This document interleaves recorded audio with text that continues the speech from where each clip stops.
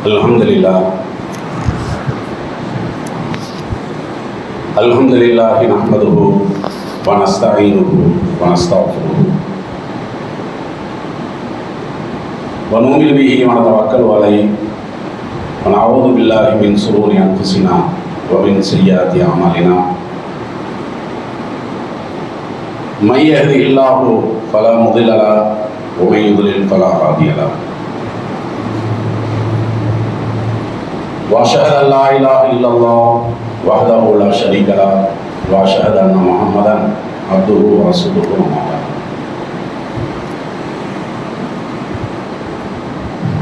கணியத்திற்குரிய எல்லாம் வல்ல அல்லாஹ் ஜல்லஷானஹு தஆலாவின் நல்லடியார்களே, தாய்மார்களே, சகோதர சகோதரிகளே, ஜும்மா வணக்கத்தை நபி வழியில் நிறைவேற்றுவதற்காக ஒன்று கொண்டு இருக்கக்கூடிய இந்த சூழலில் வக்ஃபு தொடர்பான விவாதங்கள் பரவலாக பேசப்பட்டு வருகிற காரணத்தினால் வக்ஃபு தொடர்பான திருத்த மசோதாவிற்கு ஆதரவாகவும் எதிராகவும் கருத்துக்கள் பரப்பப்பட்டு வருகின்ற காரணத்தினால் அது சம்பந்தமான சில செய்திகளை நினைவு கூறுவதுதான் இந்த ஜும்மா உரையினுடைய நோக்கமாக இருக்கிறது. ஏனென்று சொன்னால், வக்ஃபு தொடர்பான விவாதங்களில் ஊடகங்களில் பங்கு பெறக்கூடிய மக்களை நீங்கள் எடுத்துக்கொண்டால், அவர்கள் வக்ஃபுக்கு ஆதரவாக பேசக்கூடிய மக்களாக இருந்தாலும் சரி, எதிராக பேசக்கூடிய மக்களாக இருந்தாலும் சரி, இஸ்லாமிய மார்க்கம் வக்ஃபு தொடர்பாக எது போன்ற செய்திகளை சொல்கிறதோ அவைகளை முழுமையான அளவிற்கு விளங்கிக் கொள்ளாதவர்களாகத்தான் தங்களுடைய வாதங்களை எடுத்து வைக்கிறார்களே தவிர, வக்ஃபு தொடர்பான முழுமையான ஞானங்களை பெற்றவர்களாக தங்களுடைய கருத்துக்களை எடுத்து வைக்கிறார்களா என்றால் பெரும்பாலும் இல்லை. இஸ்லாமிய மார்க்கத்தை பொறுத்தவரை ஒரு விஷயத்திற்கு நாம் ஆதரவு தெரிவிப்பவர்களாக இருந்தாலும் சரி, அல்லது எதிர்ப்பை தெரிவிப்பவர்களாக இருந்தாலும் சரி, அது சம்பந்தமான முழுமையான ஒரு டீட்டெயில் இருக்குது. பார்த்தீங்களா, டீட்டெயில்னா ஆதாரம். அந்த ஆதாரங்களை கையில் வைத்துக் கொண்டுதான் எந்த ஒன்றையும் நாம் அணுக வேண்டும். அது ஆதரிக்கக்கூடிய விஷயமா இருந்தாலும் சரி, எதிர்க்கக்கூடிய விஷயமாக இருந்தாலும் சரி. திருமறை குர்ஆன்ல கூட அல்லாஹ் ஜல்லஷானஹு தஆலா அதற்கு சில உவமைகளை கூட நம்மவர்களுக்கு சொல்லி காட்டுகிறார். திருமறை குர்ஆனுடைய 2வது அத்தியாயத்தினுடைய 111வது வசனம். இந்த வசனத்தில் அல்லாஹ் ஜல்லஷானஹு தஆலா என்ன சொல்றான்னு கேட்டா, வகாலு லை யதுகுல் ஜன்னத்தை இல்லா மன் கான ஹூதன் வ நஸரா. யூதர்களும் நஸ்ரானிகளும் சொர்க்கத்திற்கு செல்லக்கூடியவர்கள் நாங்கள் தான், நாங்கள் அல்லாத முஸ்லிம்கள் எல்லாம் என்ன செய்ய மாட்டாங்க, சொர்க்கத்திற்கு போக மாட்டார்கள் என்று அவர்கள் சொல்கிறார்கள். தில்க அமானியுஹும். இது சொல்லிட்டு அல்லாஹ் ஜல்லஷானஹு தஆலா சொல்றான், இதெல்லாம் அவர்களுடைய யூகங்கள் தான். ஏன்னா சொர்க்கத்திற்கு யூதர்கள் மட்டும்தான் போவாங்கன்னா அதை நான் தானே சொல்லியிருக்கணும். அப்ப அதற்கான சான்றுகள் வேணும் இல்ல. சொர்க்கத்திற்கு நாங்கள் தான் செல்கிறோம், வேற யாருமே செல்ல முடியாது என்று சொல்லக்கூடிய அந்த யூதர்கள் இருக்கிறாங்களே, அவர்கள்ட்ட நீங்க ஆதாரத்தை கேளுங்க. குல் ஹாது புர்ஹானக்கும் இன் குன்தும் சாதிகீன். நீங்கள் சொல்லக்கூடிய விஷயத்திலே உண்மையாளர்களாக இருந்தால் ஆதாரத்தை கொண்டு வாருங்கள் என்று அல்லாஹ் ஜல்லஷானஹு தஆலா என்ன செய்யறான், தன்னுடைய திருமறை குர்ஆனிலே இதை சொல்றான். இது ஏதோ அந்த யூதர்களுக்கும் நஸ்ரானிகளுக்கும் அப்படிங்கிறதாக நாம ஏற்றுக்கொள்ளக்கூடாது. முஸ்லிம்களுக்கு அல்லாஹ் சேர்த்து தான் சொல்றோம். ஒரு விஷயத்துக்கு நீங்க ஆதரவு தெரிவிக்கிறதா இருந்தாலும் சரிதான், அல்லது எதிர்ப்பு தெரிவிக்கிறதா இருந்தாலும் சரிதான், இன்ன காரணத்தினால நாங்க என்ன செய்யறோம், இதை நாங்க ஆதரிக்கிறோம், அல்லது இன்ன காரணத்தினால நாங்க எதிர்க்கிறோம் அப்படின்னு சொல்லி ஒரு துல்லிய ஒரு கோட்ல தான் முஸ்லிம் சமுதாயத்தினுடைய விவாதங்களே அமைந்திருக்க வேண்டும் என்று அல்லாஹ் ஜல்லஷானஹு தஆலா தன்னுடைய திருமறை குர்ஆனில் சொல்றோம். இதை நாம் என்ன செய்யணும், முதல்ல தெளிவான முறையில் நாம புரிந்து கொள்ளணும். முதல்ல வக்ஃபை பற்றி இஸ்லாமிய மார்க்கம் என்ன சொல்கிறது அதை நம்ம விளங்கிக் கொள்ளணுமா இல்லையா? வக்ஃபுனா என்ன? ஏன்னா வக்ஃபுங்கிறதே வந்து ஒரு அரபு வார்த்தை தான். வக்ஃபு நம்ம சொல்றோம் பார்த்தீங்களா, அது நிறைய பேர்த்தினுடைய வாயில கூட வராது. அது வக்ஃபுன்னு சொல்றதா வக்ஃபுன்னு சொல்றதா கரெக்டான அந்த வார்த்தை கூட நிறைய பேருக்கு தெரியாது. வக்ஃபுனா என்னன்னு கேட்டா, இஸ்லாமிய மார்க்கத்தை பொறுத்தவரை தான தர்மங்களை இஸ்லாமிய மார்க்கம் என்ன செய்கிறது? அதிகமான அளவுக்கு வலியுறுத்தி இருக்கிறது. தான தர்மத்தை பார்த்தீங்கன்னா 2 வகையான தான தர்மங்கள் இஸ்லாமிய மார்க்கம் சொல்கிறது. ஒன்று உங்களுக்கே தெரியும், சதக்கா நம்ம சொல்றோமா இல்லையா? சதக்காவும் தான தர்மம் தான். அதே மாதிரி சதக்கத்தும் ஜாரியான ஒரு வார்த்தையில நம்ம சொல்லுவோம். ரெண்டுமே தான தர்மம் தான். ரெண்டுக்குமே என்ன வித்தியாசம்? சதக்கான்னு சொன்னா அந்த நன்மை வந்து அந்த நேரத்தில் மட்டும் நம்மளுக்கு கிடைக்கும். ஒரு ஆள் வந்து இப்ப தாகம் எடுக்குதுன்னு கேட்கிறாருன்னு வைங்கன்னா, ஒரு டம்ளர் தண்ணியை கொடுத்துட்டோம், நன்மையான காரியம், நாம வந்து சதக்கா பண்ணியிருக்கிறோம்னு அர்த்தம். அதே நேரம் நான் என்ன பண்றேன், இந்த மனிதனுக்கு தாகம் எடுப்பதை போல இன்னும் எத்தனையோ பேருக்கு தாகம் எடுக்கத்தானே செய்யும். அப்ப அவர்கள் அனைவருக்குமே நம்ம என்ன செய்யணும்? நம்மால் இயன்ற வரைக்கும் நிலையான நன்மையை பெறக்கூடிய விதத்துல நம்ம என்ன செய்யணும்னா அதுக்கு நம்ம செலவு பண்ணணும் அப்படின்னு சொல்லி முடிவு பண்ணி, அவன் என்ன செய்யறான்னா ஒரு கிணறு வெட்டுறான்னு வைங்களேன், ஒரு போரிங் போட்டு கொடுக்குறான். இதெல்லாம் என்னன்னு பார்த்தீங்கன்னா இதுதான் சதக்கத்தும் ஜாரியாங்கிறது. அது சதக்கான்னு சொன்னா நாம அதை செஞ்ச உடனே நன்மை கிடைச்சி போயிடும், அதோட அதனுடைய தொடர்பு விட்டு போயிடும். சதக்கத்தும் ஜாரியான என்னது? நாம மௌத்தா போனாலும் சரிதான், நம்மால் உருவாக்கப்பட்ட அந்த தான தர்ம பொருள் இருக்குல்ல, உதாரணமா கிணறு இருக்குதுன்னா எத்தனையோ பேர் என்ன செய்வாங்க? அதை பயன்படுத்த தான் செய்வாங்க. மனுஷன் மாத்திரம் இல்லை, ஆடு மாடு ஒட்டகம் வன விலங்குகள் எல்லாமே பயன்படுத்திட்டு தான் இருக்கோம். இதைத்தான் ரசூல் ஸல்லல்லாஹு அலைஹி வஸல்லம் அவர்களும் கூட சொன்ன ஒரு பொன்மொழி கூட நீங்க விளங்கி வச்சிருக்கிறீங்க. என்ன பொன்மொழி? இதா மாத்தல் இன்சானும் இன்கதா அன்பு இல்லாமின் சலாஸ். ஒரு மனிதன் மௌத்தா போனதுக்கு பின்னாடி 3 காரியங்கள், அதுதான் நிலையான நன்மை உங்களுக்கு பெற்றுத்தரும் ரசூலுல்லாஹ் சொன்னாங்கல்ல. அதுல ஒண்ணு என்னன்னு கேட்டா இந்த மாதிரியான நிலையான தான தர்மம். இப்படி ரசூல் ஸல்லல்லாஹு அலைஹி வஸல்லம் அவர்கள் என்ன செஞ்சிருக்கிறாங்க? நம்மவர்களுக்கு வந்து விளக்கம் கொடுத்திருக்கிறார்கள். அதனாலதான் நீங்க சஹாபாக்களை எல்லாம் பார்த்தீங்கன்னா அவங்க தான தர்மத்திலையும் முன்னோடியா இருந்தாங்க. அதே நேரம் இந்த சதக்கத்தும் ஜாரியாவிலையும் என்ன செஞ்சிருக்கிறாங்க? அவர்கள் ரொம்ப ரொம்ப முன்னோடியாக இருந்திருக்கிறார்கள். ஒரு தடவை உமர் ரலியல்லாஹு அன்ஹு அவர்கள் இருக்காங்க பார்த்தீங்களா, ரசூல் ஸல்லல்லாஹு அலைஹி வஸல்லம் அவங்கள்ட்ட ஒரு தகவலை கேட்க வர்றாங்க. என்ன தகவல்? அவருக்கு வந்து அந்த ஹைபர் போர்ல என்ன செய்யுதுன்னா ஒரு நிலம் கிடைக்கிறது. ஹைபர்னு சொல்லி ஒரு போர் நடந்துச்சு பார்த்தீங்களா, அதுல வந்து ஒரு நிலம் கிடைக்கிறது. அதை பத்தி நபிகள் நாயகம் ஸல்லல்லாஹு அலைஹி வஸல்லம் அவங்கள்ட்ட வந்து கேட்கிறாரு, யா ரசூலல்லாஹ் இன்னி அஸப்து அர்லன் பி ஹைபர் லம் உஸிம் மாலன் கத்துன் அன்ஃபுஸ இந்தி. இந்த ஹைபர் போர்ல எனக்கு ஒரு பூமி கிடைச்சது இல்லை, அந்த மாதிரியான ஒரு சிறந்த பொருள், உயர்வான பொருள் வந்து என்கிட்ட வேற ஒண்ணுமே கிடையாது. அப்ப இந்த பொருளை பத்தி ஃபமாத்து அமுர் பிஹி, எனக்கு என்ன நீங்க சொல்ல வர்றீங்க? எனக்கு வந்து நன்மை வேணும். எங்கிட்ட இருக்கக்கூடிய பொருளையே வந்து ரொம்ப சிறந்த பொருள் என்ன? இந்த ஹைபர்ல கிடைச்ச நிலம் தான். அது அவங்களுடைய நோக்கமே பாருங்க, துவக்கமே நல்லா இருக்கும்.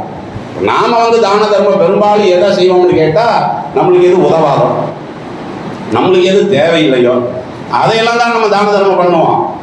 நிலையான தர்மத்தை செய்து அதன் மூலமாக நன்மை எதிர்பார்க்கக்கூடியவர்கள் முதல்ல என்ன செய்யணும்னு கேட்டா, முதல்ல அவங்க வந்து அதை என்ன செய்யணும்? அதிகமாக விரும்பக்கூடிய பொருளா இருக்கணும். வீட்டில் நம்மளுக்கு பயன் இல்லாமல் கிடக்குது, சரி நம்ம இங்கே சும்மா கிடந்து வேஸ்ட்டாக அதை விட அவனுக்கு கொடுத்து விட நம்ம சொன்னோம்னா அதுக்கு பேர் வந்து தர்மம் கிடையாது. ஏன்னா அல்லாஹ்வே குர்ஆன்ல சொல்றான்ல, நீங்கள் விரும்புகின்ற ஒன்றை தான தர்மம் செய்யாதவரை நன்மையை உங்களால் அடைய முடியாதுன்னு அல்லாஹ்வே சொல்றான். அப்ப அதுக்காக வேண்டிதான் உமர் ரலியல்லாஹு அன்ஹு அவர்கள் வந்து என்ன செய்யறாங்க? ரசூல் ஸல்லல்லாஹு அலைஹி வஸல்லம் அவங்கள்ட்ட இந்த பூமி சம்பந்தமான ஒரு ஃபத்வாவை கேட்கிறாங்க.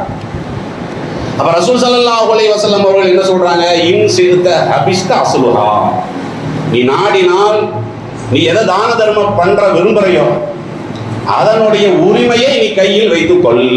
இந்த பூமியை வந்து நீ கொடுக்குற, ஹைபர் நிலத்தை நீ கொடுக்குறீல, நீ அதுக்கு உரிமையாளனாக இருந்து கொண்டு சத்தக்த பிஹா, அதுல வந்து வருமானம் வரும் இல்ல, அந்த வருமானத்தை நீ என்ன செய்ய? நீ வந்து அந்த நிலையான தான தர்மத்துல போட்டுரு என்று பெருமானார் ஸல்லல்லாஹு அலைஹி வஸல்லம் அவர்கள் 2 விஷயத்தை சொல்றாங்க. இதுல வந்து முதல் விஷயம் இருக்கு பாத்தீங்களா, என்ன விஷயம்? அதற்கு உரிமையாளராக நீ இருன்னு சொல்றாங்கல்ல. அப்படி இல்லாதனாலதான் இன்றைக்கு ஏற்பட்ட பிரச்சனைகள் எல்லாம் பெரும்பாலான பிரச்சனைகளுக்கு மூலமான காரணம் என்ன, நம்ம நம்பி ஒப்படைச்சிட்ட, வேற ஒன்றும் இல்லை. நமது முன்னோர்கள் இந்த வக்ஃபு செய்யக்கூடிய நேரத்தில் சரி இவங்க வந்து கரெக்டாக பார்த்துக்குவாங்க அப்படின்னு சொல்லி விட்டு போட்டு போயிட்டாங்க. பார்த்தீங்களா, விட்டு போட்டு போனால் இவங்க தலையிட முடியாது இல்லை. அதனால தான் ரசூல் ஸல்லல்லாஹு அலைஹி வஸல்லம் அவர்கள் என்ன பண்ணுறாங்க, நீங்கள் சதகத்துன் ஜாரியான்னு சொல்லி நீங்கள் முடிவு பண்ணிட்டீங்களா, அப்போ அதுக்கு வந்து உரிமையாளராக நீங்களே இருந்துக்குங்க. அதில் வரக்கூடிய லாபங்களை எல்லாம் என்ன செய்யுங்க, நீங்கள் வந்து தர்மம் பண்ணிடுங்க அப்படிங்கிற ஒரு அறிவுரையை பெருமானார் ஸல்லல்லாஹு அலைஹி வஸல்லம் அவர்கள் உமர் ரலியல்லாஹு அன்ஹு அவர்களுக்கு சொல்கிறாங்க. இப்போ உமர் ரலியல்லாஹு அன்ஹு அவர்கள் என்ன செய்கிறாங்கன்னு கேட்டால், இல்லை நான் இதுக்கு வந்து உரிமையாளனால நான் இருக்கலை, மொத்தமாகவே நான் கொடுத்துட்றேன், ஏன்னா அது வந்து அவர்களுடைய உரிமையை பொறுத்தது. அப்போ அந்த மாதிரி என்ன செய்கிறாருன்னா, ரசூல் ஸல்லல்லாஹு அலைஹி வஸல்லம் அவங்கள்ட்ட அந்த ஹைபரில் கிடைச்ச அந்த நிலத்தை முழுமையாக நான் தர்மமே பண்ணிடுறேன் அப்படின்னு சொல்லிட்டு அதுக்கு சில கண்டிஷன்கள் போடுறார். என்ன கண்டிஷனு? அன்னஹு லா யுபாஹு வலா யூஹபு வலா யூரசு. இந்த நிலத்தை யாருமே அன்பளிப்பாக என்ன செய்யக்கூடாது, எடுக்கலாம் கூடாது, அன்பளிப்பாக தூக்கி கொடுத்துடக்கூடாது. அதே மாதிரி இந்த நிலத்தை நீங்க என்ன செய்யக்கூடாதுன்னா விற்கக்கூடாது. அதே மாதிரி இந்த நிலத்தை என்னுடைய வாரிசுகள் இருக்காங்கல்ல, அவங்கள வந்து சொந்தக்காரனா ஆக்கி விட்டுறக்கூடாது. எங்க வாப்பா தானே கொடுத்தாரு, இந்த போரிங்க என்னுடைய வாப்பா தானே கொடுத்து விட்டுருக்காரு, அதனால முதல்ல நீ நம்மளுக்கு கொடுக்குற, இப்படி எல்லாம் செய்யக்கூடாது. அவர்களுடைய சந்ததிகள் வந்து பேசக்கூடாது. அப்ப இந்த மாதிரியான கண்டிஷனோட என்ன செய்யறாங்க, உமர் ரலியல்லாஹு அன்ஹு அவர்கள் பெருமானார் ஸல்லல்லாஹு அலைஹி வஸல்லம் அவங்கள்ட்ட இந்த ஹைபர் நிலத்தை ஒப்படைக்கிறாங்க. பார்த்தீங்களா, இதுக்கு பேர் தான் வக்ஃபுங்கிறது. வக்ஃபுனா என்னன்னு கேட்டா, என்னுடைய தொடர்பு அங்கு போயிடும்னு அர்த்தம். வக்ஃபுனா என்ன அர்த்தம்? வக்ஃபுனா வந்து நிற்கிறது, பல அர்த்தம் இருக்கிறது. வக்ஃபுனா யாரு கையில நம்ம கொடுக்குறோமோ அவங்க தான் அதற்கு உரிமையாளர். எனக்கு கூட அதுக்கு உரிமை கிடையாது, நான் கூட கேட்கறது அதுக்கு ரைட் இல்லைங்கிறது தான் வக்ஃபு வக்ஃபுன்னு என்ன செய்யப்படுகிறது, அரபு வார்த்தையில சொல்லப்படுகிறது. இது உமர் ரலியல்லாஹு அன்ஹு அவர்கள் மாத்திரம் அல்ல, நிறைய சஹாபாக்கள் என்ன செஞ்சிருக்கிறாங்க, இது மாதிரியான நிலையான தான தர்மத்தை செய்திருக்கிறார்கள். நீங்க ஹதீஸ்ல தேடி பார்த்தீங்கன்னா உஸ்மான் ரலியல்லாஹு அன்ஹு அவர்கள் இருக்காங்கல்ல, அவரை வந்து என்ன செய்வாங்கன்னா எதிரிகள் சிறை பிடிப்பாங்க. இந்த வரலாறெல்லாம் உங்களுக்கு தெரியும்.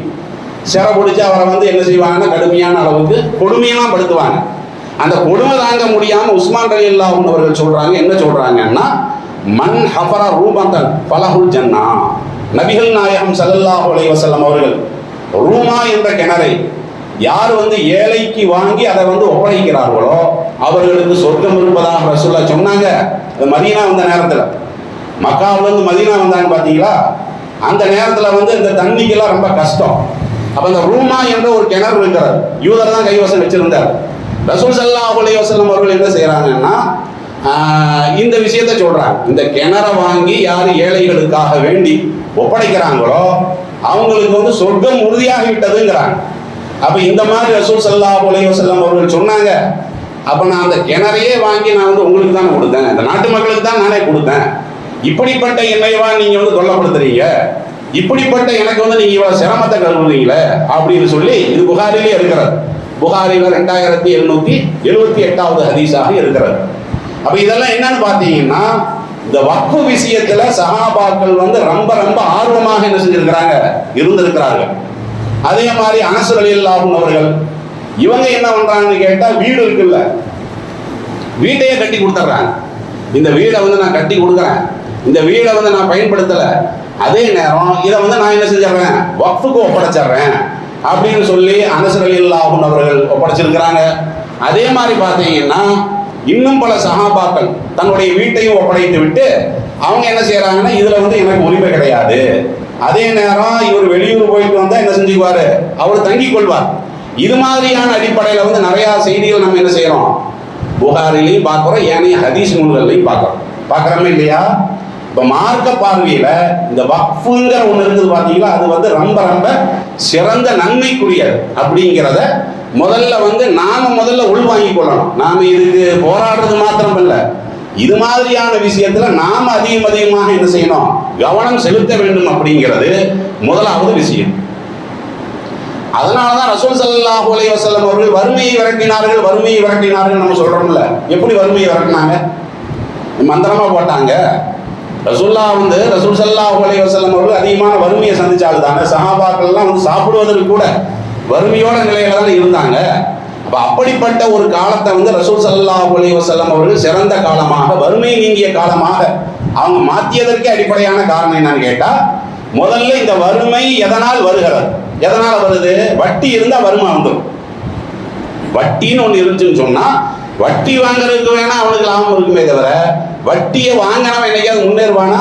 வட்டிக்கு போய் வாங்குறான்ல, முன்னேற்றமே இருக்காது. அவன் சம்பாரிச்சதெல்லாம் என்ன செய்வானா, அந்த வட்டியிலேயே தான் போய் என்ன செய்வான், வட்டியை கட்டியே அவன் வாங்கின வீட்டை விற்று போடுவான்.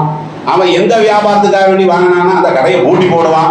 ஏன்னா அந்த வட்டியில வந்து முசீபத்து இருக்குதுங்க, நம்மளுக்கு அனுபவத்தில் தெரியும். அது அல்லாதான் சொல்லணுங்கிறது கிடையாது. வட்டியில போய் நம்ம சிக்கிட்டோம்னா அந்த புலிவால பிடிச்ச மாதிரி தான். எப்படா இந்த வட்டியிலிருந்து விலகிறதுங்கிற மாதிரி, அது மாதிரியான ஒரு இறுக்கத்தனமை இன்னைக்கு பார்க்குறோம் பார்த்தீங்களா?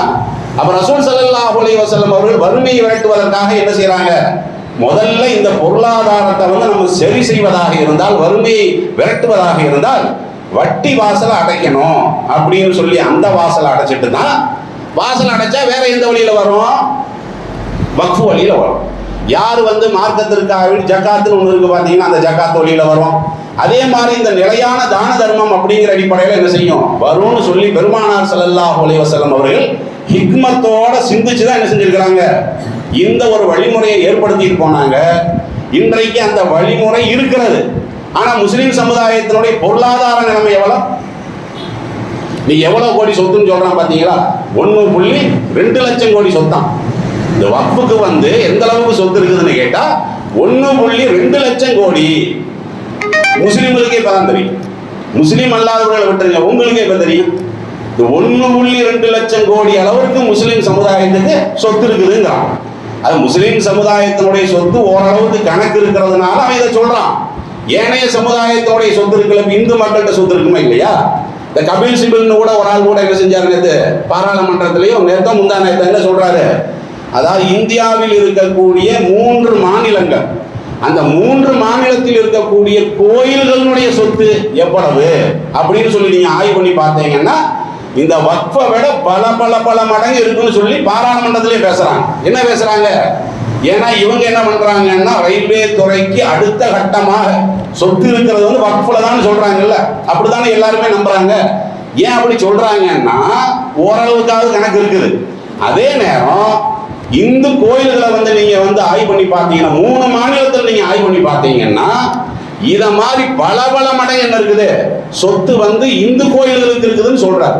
நம்ம சமீபத்தில் கூட பார்த்தோம்ல, திருவனந்தபுரத்துல பத்மநாபபுரம் கோயில்ல அதையெல்லாம் இடிச்சு விட்டு எடுத்தாங்கல்ல, புகையில வச்சிருந்தாங்க இல்லையா, இந்தியாவுடைய ஒட்டுமொத்த கடனையும் அந்த தங்கத்தை வச்சு அடைக்கலாம்னு சொன்னாங்க.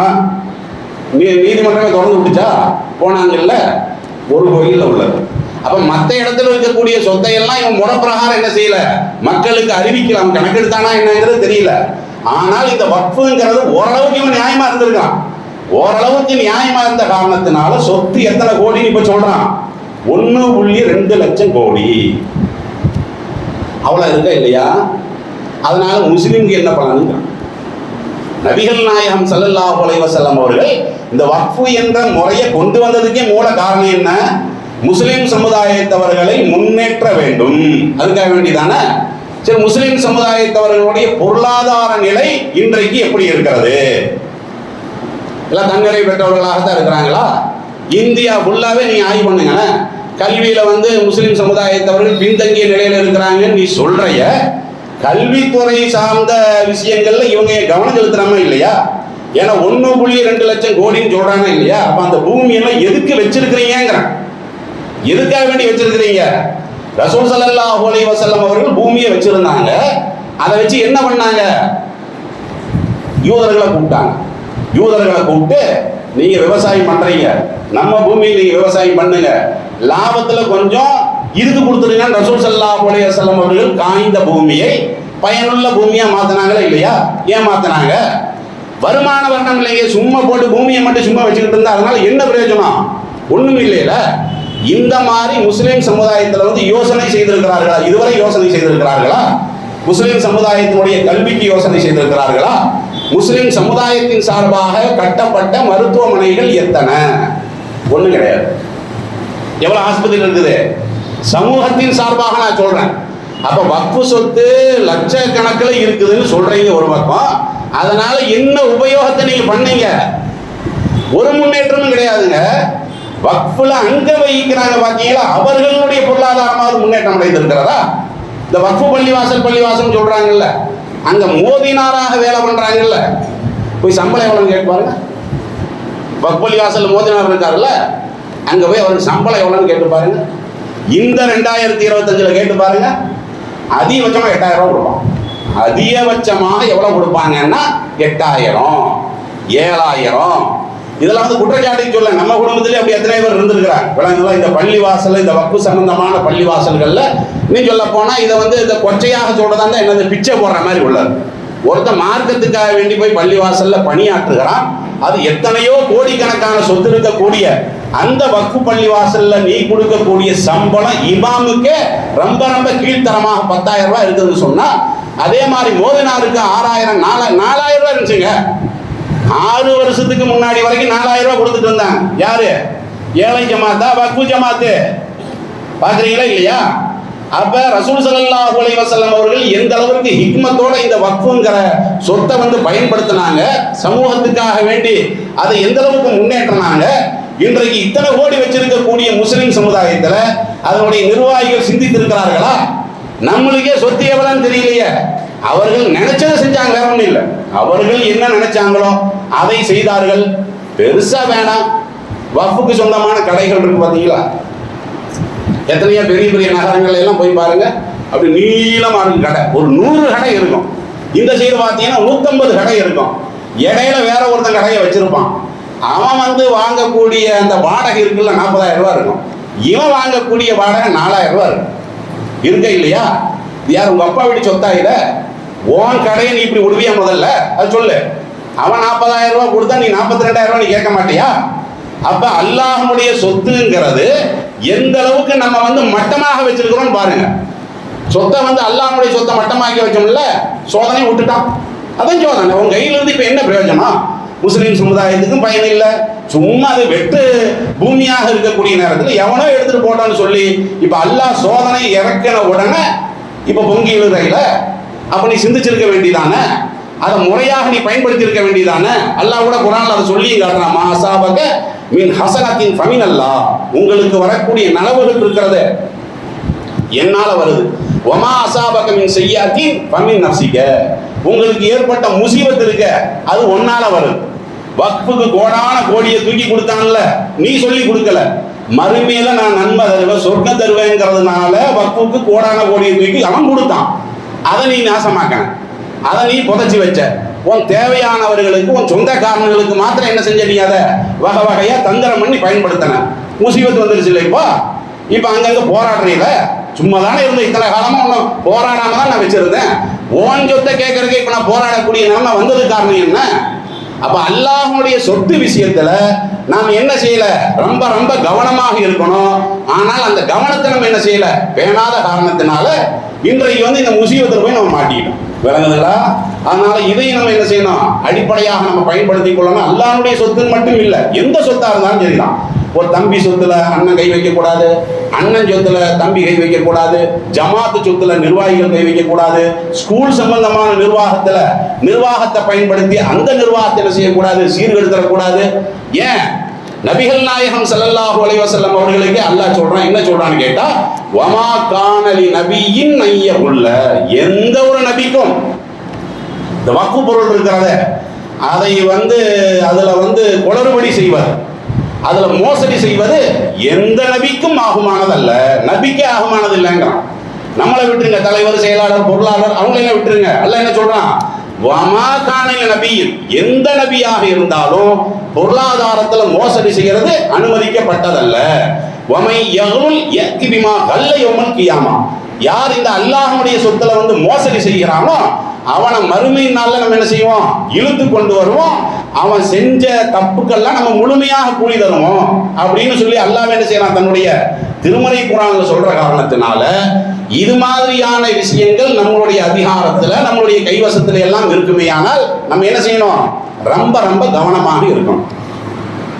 இதுவாக நம்ம எல்லாத்துக்குமே என்னன்னா ஒரு சந்தேகம் வரும். என்ன சந்தேகம்? இது பள்ளிவாசல் தானே, இது பள்ளிவாசல் தானே, இது பள்ளிவாசல் தான். நிறைய பள்ளிவாசல்கள் இருக்கிறது. அப்ப இது வந்து வக்ஃபா. இதுல வந்து ஏதாவது நம்ம தலையிட முடியுமா? கோர்ட்டு வந்து தலையிட முடியுமா? தலையிட முடியாது.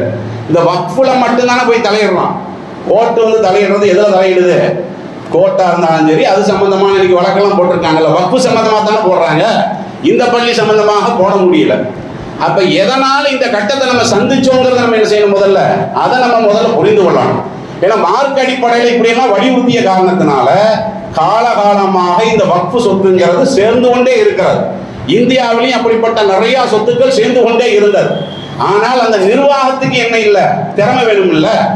நிறைய சொத்து இருக்குது, ஒரு 150 ஏக்கர் அளவுக்கு சொத்து இருக்குது, கொண்டு போய் நம்ம ஒரு நிர்வாகத்தில் கொடுக்குறோம். அந்த சொத்தை எப்படி நிர்வகிக்கணுங்கிற அந்த நாலேஜ் அவங்களுக்கு வேணும் இல்ல. நாலேஜ் இல்லாத காரணத்தினாலையும் என்ன ஆயிருக்குது? இவங்களுக்கு வந்து சரியான முறையில் பராமரிக்க முடியல. அந்த இடத்துல வந்து வக்ஃபு சொத்து இருக்குது அப்படின்னா அங்கே ஒரு ரேடியோ போட்டு சும்மா வந்து உட்காந்துக்குவான். அதுக்கப்புறம் அதை கொஞ்சம் கொஞ்சமாக அங்குள்ளவன் என்ன செய்வான்? அபகரிப்பான். இப்படி எத்தனையோ சொத்துக்கள் என்ன செஞ்சிருச்சுன்னா இந்த வக்ஃபை விட்டு தூரமாகி போச்சு. அதுபோக என்ன, அந்த வக்ஃபுக்கு உரிமையாளர்களாக இருக்க சொந்த உரிமையாளர் இல்லை, வக்ஃபை நிர்வகிக்கக்கூடியவர்கள் என்ன செய்வாங்கன்னா அவங்க ஒரு 10 பேர் தான் இருப்பாங்க, அல்லது ஒரு 20 பேர் இருப்பாங்க. அவங்க என்ன செய்வாங்க? அவங்களுக்கு சொந்தக்காரனுக்கு ஒரு 4 பேருக்கு அந்த இதை கொடுப்பான், வாடகை கொடுப்பான். இப்படியான பிரச்சனைகள் எல்லாம் இந்த வக்ஃபு விஷயத்துல வந்து முஸ்லிம் சமுதாயத்தில் வந்தது. அப்ப இதையெல்லாம் சீர்கட்டுவதற்காக வேண்டிதான் 1954 ஹைதராபாத் இருக்கு பாத்தீங்களா, அந்த அரசாங்கம் தான் என்ன செய்யுது? முதல்ல வக்ஃபு வாரியம் என்ற ஒன்றை ஏற்படுத்துகிறார். ஏன்னா முஸ்லிம் சமுதாயத்தில் வந்து நிறைய இந்த மாதிரியான சொத்துக்கள் இருக்கிறது. அதை கவனிக்கிறதுக்கு வந்து அவங்களுக்கான திறமையும் இல்லை, படிப்பறிவும் இல்லைல்ல, அந்த ஞானமெல்லாம் இல்லாத காரணத்தினால அவங்களுக்கு மத்தியில் இந்த விஷயத்துல பல பிரச்சனைகள் ஏற்படுற காரணத்தினால நாங்க என்ன செய்யறோம்? வக்ஃபு வாரியம்னு சொல்லி ஒன்று உருவாக்குறோம். நீங்க வந்து இதுல ஜாயின் பண்ணிட்டீங்கன்னா அரசாங்கமே என்ன செய்யும்? அதை வந்து கண்காணிக்கும், அதை வந்து செவ்வாய்ப்படுத்திக்கும்னு சொல்லி முதல்ல ஹைதராபாத்ல தான் இந்த வக்ஃபு வாரியங்கிறத என்ன செய்யறாங்க? துவக்கிறாங்க. இப்படி துவக்கின உடனே தான் என்ன பண்ணாங்க? அந்த திறமையற்றவர்கள் அல்லது சின்ன ஜமாத்தில் இருக்கக்கூடியவங்க என்ன பண்ணாங்கன்னா தங்களுடைய சொத்தை கொண்டு அதில் ஜாயின் பண்ணாங்க. நாங்கள் இதையும் கொண்டு வக்ஃபுக்கு ஒப்படைக்கிறோம். வக்ஃபுக்கு ஒப்படைச்சா என்ன ஆகும்? எடுக்க முடியாது.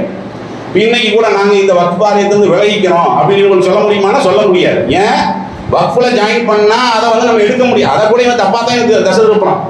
மார்க்க சட்டம் அது. வக்ஃபுக்காக வேண்டி கொடுக்கப்பட்டதை நம்ம திருப்பி வாங்க முடியாதுங்கிறது மார்க்க சட்டம். ஆனா அந்த வக்ஃபு தவறான கையில் இருந்தா வாங்கணும்ல, அதுக்காக போராடணும்ல. ஆனா அரசாங்கமும் சரி மற்றவர்களும் சரி எப்படி அவன் வந்து தசை திருப்பிடுறான்னா, இல்ல வக்ஃபுல இருக்கிறதுனால நம்ம என்ன செய்ய முடியாது, அதை திருப்பி எல்லாம் வாங்க முடியாது. அது மார்க்கத்துக்கு சொன்னது. தவறானவங்க கையில் அதிகாரம் இருக்கிறதுக்கு அதை சொல்லவே இல்லை. ஆனா இன்னைக்கு என்ன ஆகி போச்சு? இப்படிதான் கொண்டு போய் இந்த வக்ஃபுல சேர்த்தி கடைசியில் என்னாச்சு? இன்றைக்கு இந்த நிலைமையை வந்து நம்ம வந்து சந்திச்சிட்டோம். இதுல வந்து இந்த திருத்த மசோதான்னு சொல்றாங்க பாத்தீங்களா? திருத்த மசோதானா ஒரு 44 திருத்தங்களை நாங்க கொண்டு வந்திருக்கிறோம் சொல்றோம். 44 நம்ம எதிர்த்துக்கிட்டு இருக்கிறோம் அப்படியெல்லாம் கிடையாது இல்ல. 44 திருத்த மசோதா. ஏன்னா மக்கள்கிட்ட எப்படி அவன் தசதி போடுறான்னா, திருத்த மசோதாவை கூட என்ன செய்யறாங்க? முஸ்லீம்கள் எதிர்க்கிறாங்க, இஸ்லாமிய இயக்கங்கள் எதிர்க்கிறதுன்னு சொல்லி இந்த மாதிரியான ஒரு தசதிருப்பு. அதாவது நாட்டுக்கு எதிரானவர்களாக, அதே மாதிரி நாட்டு சட்டங்களுக்கெல்லாம் இவங்க கட்டுப்பட மாட்டாங்க அப்படிங்கிற மாதிரி என்ன செய்யறாங்கன்னா தசதிரி போட்டுறாங்க. திருத்தத்தை நம்ம எதிர்க்கிறோம். திருத்தத்தை எதிர்க்கிறதா இருந்தால் 44 சேர்த்து தான் நம்ம எதிர்க்கிறோம். ஆனால் 44 நம்ம எதிர்த்துக்கிட்டு இருக்கிறோம். அப்படி எதிர்க்கல. சரி, திருத்தங்கிறது வந்து இப்போ 2025 முதல்ல திருத்தினாங்களா உட்காந்துக்கிட்டு? அப்படி இல்லை. 2013 திருத்தணும். யாராவது போராட்டம் நடத்தினாங்களா? யாராவது ஆர்ப்பாட்டம் நடத்தினார்களா? 2013 யாருமே எதிர்த்து போராடல. அதே மாதிரி 1995 திருத்தம் பண்ணாங்கல்ல, யாராவது எதிர்த்தார்களா? ஒரு இஸ்லாமிய இயக்கமாவது எதிர்த்துதா? எதிர்க்கல. இன்னைக்கு ஏன் நம்ம எதிர்க்கிறோம்னு கேட்டா, இது திருத்த மசோதா இல்ல, இது வந்து திருட்டு மசோதா. மசோதாவுக்கு வித்தியாசம் இருக்கா இல்லையா? திருத்த மசோதாவை நாம் எதிர்க்கவில்லை. அதே நேரம் திருடுவதற்காக வேண்டி தந்திரம் பண்ணி சில விஷயங்களை கொண்டு போய் உள்ள நுழைச்சிருக்கிறான்ல, அந்த விஷயத்தை தான் நம்ம எதிர்க்கிறோம். இதை முஸ்லிம்கள் என்ன செய்யணும்? முதல்ல அந்தந்த பாயிண்ட்களை புரிஞ்சு, பரவலாக இந்த பாயிண்ட் எல்லாம் மக்களுக்கு மத்தியில் பேசிட்டு தான் இருக்கிறாங்க. இருந்தாலும் நாம வந்து உள்வாங்கிக் கொள்ளலாம். ஏன்? சமூக வலைதளத்தில் வந்து இன்றைக்கு அதிகமாக இதான பேசப்படுகிறது. உதாரணத்துக்கு சொல்வதாக இருந்தால், இப்ப யாராவது இந்த வக்ஃபுக்கு வந்து தானம் பண்றாங்கன்னு வைங்களேன், அவன் வந்து 5 வருஷம் முஸ்லீமா இருந்தா தான் ஒப்படைக்கவே முடியுமா? இன்னைக்கு ஒருத்தர் இஸ்லாத்துல வர்றான், அவன் வந்து என்ன செய்யறான்? சரி, மறுமைக்காக வேண்டி நம்ம பொருளாதாரத்தை வந்து வக்ஃபுக்கு ஒப்படைக்கணும்னு சொல்லி அவன் முடிவு செய்தால், அந்த முடிவை வந்து அவன் நடைமுறைப்படுத்த முடியாது. ஏன்? அவன் இன்னைக்கு தானே இஸ்லாத்துக்கு வந்திருக்கிறான். அப்ப அதனால அவன் 5 வருஷம் கழிஞ்சு தான் என்ன செய்யணும், அவன் வக்ஃபுக்கே ஒப்படைக்க முடியுங்கிறதா இந்த திருத்த மசோதாவுடைய ஒரு விதிமுறையாக கொண்டு வந்திருக்கிறார்கள். இதை நாம ஏன் எதிர்க்கணும்? இதை எதிர்ப்பதற்கான காரணம் என்ன? இவன் ஏன் முதல்ல இதை கொண்டு வந்தான்? அதாவது முஸ்லீமு தான் இந்த வக்ஃபு செய்யணுங்கிறது அதுல உள்ள அடங்கி இருக்கிறது. அது ஏன் அவன் அப்படி சொல்ல வர்றான்னு கேட்டா, இப்போ வக்ஃபு சொத்து நம்ம சொல்றோம் பாத்தீங்களா, இது முஸ்லீம்கள் மட்டும் அது கொடுக்கல, முஸ்லீம் அல்லாதவர்களாலும் நிறைய பொருட்கள் என்ன இருக்குது, இடங்கள் முஸ்லீம்களுக்கு கொடுக்கப்பட்டிருக்கிறது. கடந்த காலங்கள் எல்லாம் நீங்க பாத்தீங்கன்னா நிறைய சொத்துக்கள் இந்த வக்ஃபுக்காக வேண்டி என்ன செஞ்சிருக்கிறாங்க. இந்த ராணி மங்கம்மானாலும் சொல்றாங்க பாத்தீங்களா, ஒரு ஊரையே கொடுத்ததாக, ஒரு பெரிய இடத்தையே கொடுத்ததாக எல்லாம் இருக்குது பாத்தீங்களா. கொஞ்ச நாள் கழிஞ்சு ஒரு 10-15 வருஷம் கழிஞ்சு என்ன பண்ணுவான், இந்த மசோதாவை எடுப்பான். ஏதோ அப்படியெல்லாம் கிறுக்கு இருக்குதானே செய்வான். இவங்களே கிளப்புவானுங்கல்ல, இந்த முஸ்லீம் அல்லாதவர்கள் கொடுக்க முடியாதுன்னு இருக்குது. ஆனா இஸ்லாத்துக்கே சம்பந்தம் இல்லாத இவங்களெல்லாம் பாத்தீங்களா வக்ஃபுல கொடுத்துருக்குறாங்க. அப்ப அவங்க கொடுத்துருக்குறாங்களா இல்லையாங்கிறதுக்கு வந்து இன்னைக்கு ஆதாரம் இல்லை. உண்மையிலேயே ஆதாரம் இல்லையில. ஆதாரம்னு சொன்னா இன்னைக்கு மாதிரி ஆன்லைன் பதிவா இருக்குது, அப்படியே ஒன்றும் இல்லையில. ஒரு 100 வருஷத்துக்கு முன்னாடி எவனாவது ஒன்று கொடுத்துருப்பான், அல்லது ஒரு 150 வருஷத்துக்கு முன்னாடி எவனாவது ஒன்று கொடுத்துருப்பான். அதுக்கு வந்து சட்டப்பூர்வமான ஆதாரம் இல்லை, பட்டயத்தை தவிர. அப்ப என்ன பண்ணுவான் பாத்தீங்களா, இதுக்கு வந்து ஆதாரமும் இல்லை. ரெண்டாவது அவங்களே என்ன செய்வாங்கன்னு கேட்டா, இது முஸ்லீம் கொடுக்கல எழுதி வச்சிருப்பாங்க, இது வந்து இன்னவர் கொடுத்தது, இது வந்து முஸ்லீம் அல்லாத இந்த இடத்துல இருக்கக்கூடியவர் கொடுத்ததுன்னு சொல்லி தான் எழுதி வச்சிருப்பாங்க. இதை கொண்டு போய் நாளைக்கு கேஸ் போட்டான்னு வைங்களேன், இனி இது ஜப்பு மாதிரி போட்டு இழுத்துக்கிட்டே இருப்பான். இந்த பாபர் மசீது போட்டு இழுத்து கடைசியில் அபாலிசி போனா பாத்தீங்களா. அதே மாதிரியான ஒரு சிக்கல் இதுக்கு வருமா வராதா, இதையெல்லாம் தான் யோசிக்கிறாங்க. சட்ட வல்லுநர்கள் எதை யோசிக்கிறாங்கன்னு கேட்டா, இந்த முசீபத்துகள் எல்லாம் நம்ம கரெக்ட் பண்ணணும். இன்னைக்கு வந்து நம்ம எல்லாத்தையும் மேலோட்டமா விட்டுட்டு போனோம். ஏன்னா நம்மளுடைய முன்னோர்கள் அறிந்தோ அறியாமலோ செய்த தவறுகள்ல தான் இன்றைக்கு வந்து முஸ்லிம் சமுதாயத்தவர்கள் பல உரிமைகளை நம்ம என்ன செஞ்சிருக்கோம், நம்ம நாட்டுல நாம இழந்து போயிருக்கிறோம். அதுக்கு வந்து இது பயன்பட்டு விடக் கூடாது அப்படிங்கிற ஒரு காரணத்தினால என்ன செய்யறாங்க, இதை எதிர்க்கிறார்கள். அதே மாதிரி நீங்க எல்லாம் விளங்கி வச்சாதான் என்னது, முஸ்லீம்கள் இருக்கக்கூடிய வக்ஃப், அது முஸ்லீம் கொண்டு தான் சம்பந்தமானது, அது மார்க்க தொடர்பானது தானே. அதுல என்னன்னா முஸ்லீம் அல்லாத 2 பேர்த்த என்ன செய்யணும், ஒவ்வொரு மாநிலத்திலையும் பொறுப்புல கொண்டு வரணுங்க. ஒரு 10 பேர் வக்ஃப்ல இருந்தாங்கன்னா 8 பேர் என்ன செய்வாங்களா, முஸ்லீமா இருப்பாங்க. 2 பேர் முஸ்லீம் அல்லாதவங்க கொண்டு வந்து போடணும்னு சொல்றாங்கல்ல. எதுக்காக போடணும், அது ஏன் போடணுங்கிற போடுவதற்கான காரணம் என்ன? ஏன்னா இது வந்து பக்தி சார்ந்தது விஷயம். இது ரெண்டாவது, வக்ஃபுக்குன்னு ஹலால் ஹராம் சட்டங்கள் எல்லாம் இருக்கும். அந்த சட்டங்களை உணர்ந்தவன் அதை மதிப்பான். முஸ்லீம் அல்லாத 2 பேர்த்த அங்க கொண்டு வந்தா அவன் என்ன பண்ணுவான், இதற்கான அந்த விதிமுறைகள் எல்லாம் இவன் மதிப்பானா, இவனுக்கு ஏதாவது தெரியுமா? 8 பேர் ஒன்று சொல்லுவான், அவன் ஒன்று சொல்லுவான், அப்படி சொல்லுவான்ல. சரி, அந்த 2 பேர் வரணும்னு சொல்றாங்க. அந்த 2 பேர்த்த யார் நியமனம் பண்ண முடியும்? அரசாங்கம் தான் நியமனம் பண்ண முடியும், நாம தேர்வு பண்ண முடியும். அப்ப இன்னைக்கு பாத்தீங்கன்னா நீதிபதி அவனுடைய ஆளா தான் இருக்கிறான், எந்த ஒரு இடத்துலயும் அவனுடைய ஆள் தான் இருக்கான். அப்ப அவனுடைய ஆளை வேணும்னே கொண்டு வந்து புகுத்தி நாளைக்கு அவன் மூலமா என்ன செய்யணும், அது பிரச்சனை வளர்ந்துகிட்டே இருக்கணுங்கிறத, வேற ஒண்ணும் இல்லை. ஒரு சுமூகம் ஏற்படக்கூடாது. இதன் மூலமாக எக்காலமும் பிரச்சனை ஏற்பட்டுக்கிட்டே இருந்தா அதை வச்சு அரசியல் பண்ணலாம்ல. இன்னைக்கு மக்கள் வந்து எல்லாத்தையும் மறந்துட்டாங்கல்ல. இதுக்கு முன்னாடி என்ன செஞ்சாலும் எல்லாத்தையும் மறந்துக்கிட்டு வக்ஃபு பேசிட்டு இருக்கிறாங்கல்ல. குறிப்பா இந்த யூடியூப்ல எல்லாம் பாக்குறீங்கல்ல.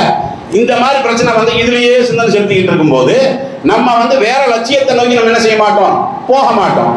இது மாதிரியான விஷயங்கள் இருக்கிறாங்களே, இது வந்து நியாயமா அநியாயமா? அதே மாதிரி வக்ஃபு சம்பந்தமான ஒரு விவகாரம் வந்துருச்சா, வந்தா வந்து அதற்கு முழு நீதிபதியாக யாரை வைக்கணும்னா கலெக்டர் தான் வைக்கணும். இந்த மாவட்டத்தில் ஒரு பிரச்சனை வந்து போச்சு, அதுக்கு நீதிபதி யாரு, யாருடைய முடிவு, லாஸ்ட் முடிவு கலெக்டர்கிட்ட போனோமா. அவர் வந்து இது இவங்களுக்கு சொந்தமானது அல்லது இவங்களுக்கு சொந்தம் இல்லைன்னு சொல்லி அந்த பிரச்சனையில ஏதாவது ஒன்று சொல்லிட்டாருன்னா கலெக்டர் கையில் ஒப்படைக்கணும்னா கலெக்டர் அவர் நீதிபதியா, ஆதாரங்களின் அடிப்படையில் அவர் செய்வாரா, அல்லது அவர் யாரின் கீழே இருக்கிறாரோ அந்த அரசாங்கத்தின் அடிப்படையில் அவர் தன்னுடைய காரியத்தை பண்ணுவாரா? நீதிமன்றத்துக்கு போக சொன்னா பிரச்சனை இல்லை. இப்ப இந்த நீதிமன்றம் சொல்லிடுச்சுல்ல, நீதிமன்றம் பாத்தீங்கன்னா இவங்களை வந்து கேவலப்படுத்திடுச்சா இல்லையா? இதெல்லாம் வந்து இப்ப கண்டிக்குது. பாத்தீங்க, அவன் கண்டிக்கிறான். நீதிபதி நியாயத்தை வச்சு சிந்திப்பான், அதே நேரம் அதிகாரத்துக்கு கீழே உள்ளவன் அவன் எதை வச்சு சிந்திப்பான். நம்ம என்ன சொன்னா நம்ம பதவியை நம்மளுக்கு தக்க வைக்க முடியும், என்ன சொன்னா நம்ம சம்பளத்தை கூட்டி வாங்க முடியும், அதைத்தானே இவன் பார்ப்பான். இது மாதிரியான விஷயங்களால தான், இது மாதிரியான விஷயங்கள்ல வந்து நம்ம கடுமையான முறையில போராட வேண்டும் என்று மக்களுக்கு சொல்றமே தவிர, இது வந்து என்ன இல்லை, அந்த சொத்து மேல இருக்கக்கூடிய ஆசையெல்லாம் கிடையாது. விளங்குங்களா? இதை உள்வாங்கி அனைவரும் பிற மக்களுக்கும் எத்தி வைக்கக்கூடிய அந்த ஒரு நல்ல ஞானத்தை பெற வேண்டும் என்ற அறிவுரையோடு முதல்வரை நிகழ்ச்சி